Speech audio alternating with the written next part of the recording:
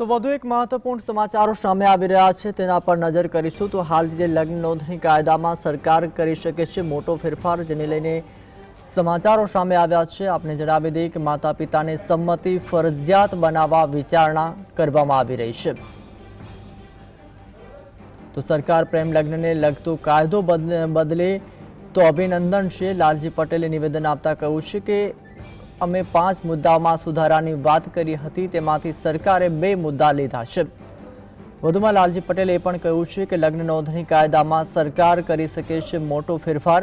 દીકરીઓ બચાવવા માટેની લડાઈ છે અને જે અમે 5 મુદ્દાના એમને વિષય પર સુધારા કરવાની જે વાત કરી હતી, એમાંથી જે 2 મુદ્દા સરકારે લીધા છે, તો પહેલાં તો ખૂબ ખૂબ અભિનંદન આપીશ, કારણ કે દીકરી જે ગામની હોય એ જ ગામના આધાર કાર્ડ ઉપર જો નોંધણી કરવામાં આવે તો ચોક્કસ જે ગુજરાતની અંદર ખોટી રીતે જે લગ્ન થઈ રહ્યા છે એ લગ્ન અટકી જશે અને યોગ્ય વ્યક્તિ માતા પિતા પસંદ પણ કરી શકશે અને દીકરી પણ પોતાને ગમતો ગમે તે જ્ઞાતિનો એ છોકરો જોયો હોય તો એને પણ પસંદગી કરી શકે છે અને માતાને સાથે રાખીને લગ્ન કરી શકે છે।